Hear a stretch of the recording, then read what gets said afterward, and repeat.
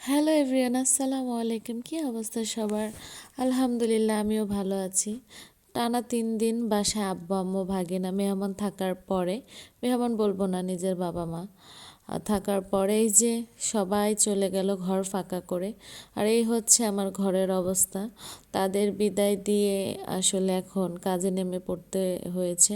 তো সর্বপ্রথম যেটা হচ্ছে, আমার মনে হয় ঘর ক্লিন করে নিয়ে যে কোনো কাজ করা উচিত, নয়তো কাজের আসলে এনার্জি আসে না।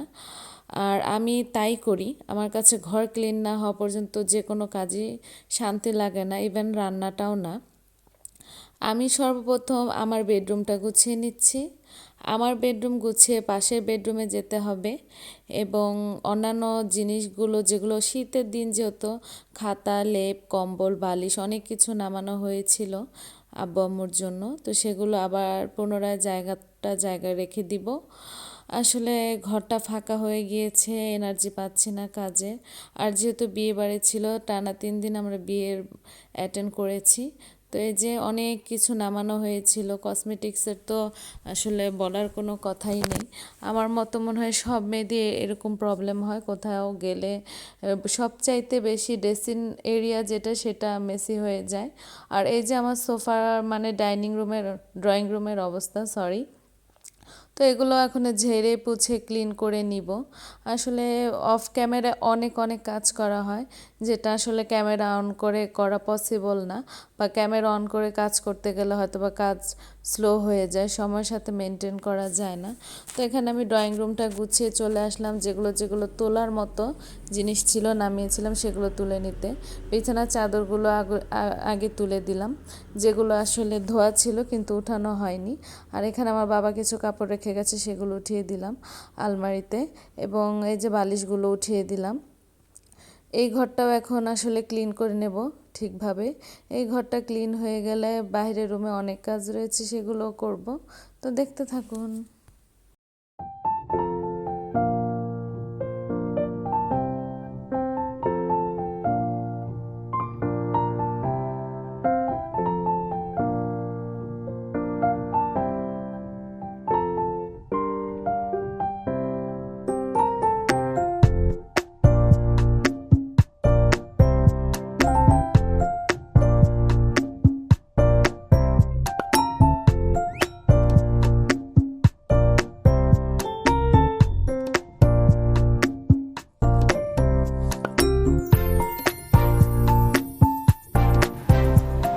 মোটামুটি ঘর দরজা গোছানো কমপ্লিট।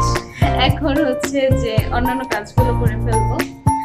আসলে বাবা মা আসছে, 2-3 দিন থাকলো, তো বাবা মাকে সময় দেওয়ার ফলে আসলে ঘর ওইভাবে গুছানো হয়নি। আর মানুষ বেশি থাকলে ঘর একটু নোংরা হবে, এটা স্বাভাবিক ব্যাপার। তো এখন আমি বেডরুম 3টা ক্লিন করে আসছি, ড্রয়িং রুমটা ক্লিন করে আসছি। এখন রান্নাঘরেও বিশাল থালা বাসনের সমাহার, সেগুলো ক্লিন করবো। আর ফ্লোরগুলো আমি ক্লিন করে নিয়েছি। আর অনেকগুলো জামা কাপড় 3 দিনের জমে গিয়েছে, যেহেতু বিয়ে বাড়ি ছিল, আমরা বিয়ে বাড়িতে গিয়েছি, যার ফলে আমরা আসলে বিয়ে বাড়ি থেকে এসে আমি জামা কাপড়গুলো কাচতে পাইনি। এখন সেগুলো কেচে ফেলবো। থালা বাসন ধুয়ে রান্নাঘরটা ক্লিন করে আসি, চলো।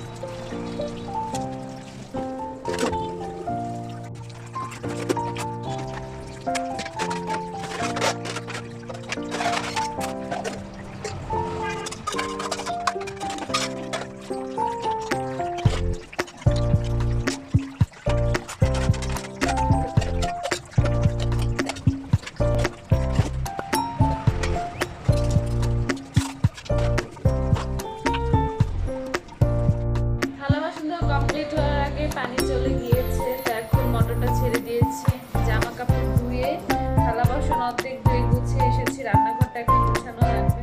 তো চলুন এখন বাজে 3টা, আমার কাজ শেষ হলো।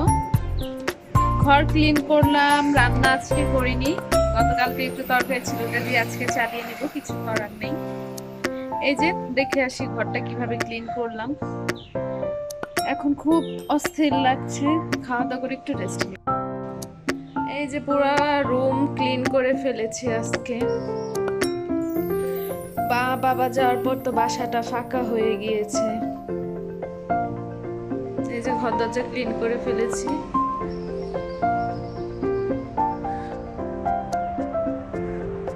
একদম সবকিছু ক্লিন, কোথাও কোনো নোংরা নেই, ডিপ ক্লিন করেছি। এই যে বেসিনটাও সুন্দর করে ধুয়ে নিয়েছি। এই যে আমার রান্নাঘরটা, এটাও ক্লিন, রান্নাঘরটাও ক্লিন করে রেখেছি। এই যে আজকের খাবার এটাই, রুই মাছের তরকারি, ভাত, ডাল। এই যে সব কিছু ক্লিন। এই যে এই রুমটাও ক্লিন। আজকে যেহেতু চাদরটা চেঞ্জ করার প্রয়োজন ছিল, কিন্তু না করে উল্টে দিলাম। সবকিছু ক্লিন, এবং হাজবেন্ড কাপড়গুলো ধুয়ে দিবে। আর এই রুমটাও ক্লিন, এটাও ক্লিন করে ফেলেছি। কিছু কিছু উঠানো লাগবে জিনিসপত্র। যা ক্লিন হলে মনে হয় সবকিছুই ক্লিন হয়ে গিয়েছে আল্লাহর রহমতে। মেয়ে মানুষই পারে একটা সংসারকে সুন্দর করে সাজিয়ে গুছিয়ে রাখতে, তাই না? আব্বু আম্মু যাওয়ার পর মনটা অনেক বেশি খারাপ লাগে। অনেক দিন হয়েছে বাবার বাড়ি যাই না, প্রায় 1.5 মাসের কাছাকাছি, এক মাস মেবি। তো ইচ্ছা আছে সামনে যাব, গেলে সুন্দর সুন্দর ব্লগ শেয়ার করব বাবা মার সাথে। আসলে আব্বু আম্মু আসলে ইচ্ছা করে না ক্যামেরাটা ওপেন করি, কত ধরনের কথা থাকে ফ্যামিলিগত, নিজের কত কথা মায়ের সাথে বলি, বা আব্বু আম্মুর সাথে একটু সময় কাটাই, তখন মনে করে ইচ্ছা হয় না যে ভিডিও শ্যুট করি। কারণ ভিডিও শ্যুট করি, এটা আমার একটা শখ, ব্লগিং করা একটা শখ, এর জন্য। কিন্তু আমার আম্মু যেহেতু নামাজ পড়ে, অলওয়েজ তাকে আনা উচিত আমি মনে করি না। আর আমার বাবা যেহেতু অসুস্থ, তো তারা, আব্বু আম্মু নাই, ঘরটা এখন মনে হইতেছে কিচ্ছু নাই। আব্বু আম্মু যখন ছিল, ঘরটা, আমার ভাগিনা যখন ছিল, ঘরটা মানে ক্রাউড ছিল অনেক বেশি, এখন শূন্য। একটু পরে হাজব্যান্ডও কাজে চলে যাবে, দোকান খুলে ফেলবে, আমি আবার একা ঘরের মধ্যে। অনেক মানুষ ছিল আগে আমার বাসায়, রুমে থাকতো সবসময়, আমি তাদের অনেক বেশি মিস করি।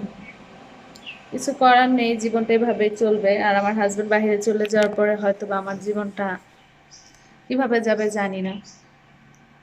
তো সবাই দোয়া করবেন আমার জন্য, সবাই সবার জন্য আসলে দোয়া করা উচিত। আল্লাহ তাআলা সবাইকে ভালো রাখুক, আল্লাহ আমাকেও ভালো রাখুক, এবং আমাকে যারা দেখছেন, যে যেখান থেকে দেখছেন, আল্লাহ সবাইকে ভালো রাখুক। সবসময় দোয়া করি আল্লাহ তাআলা ভালো রাখুক।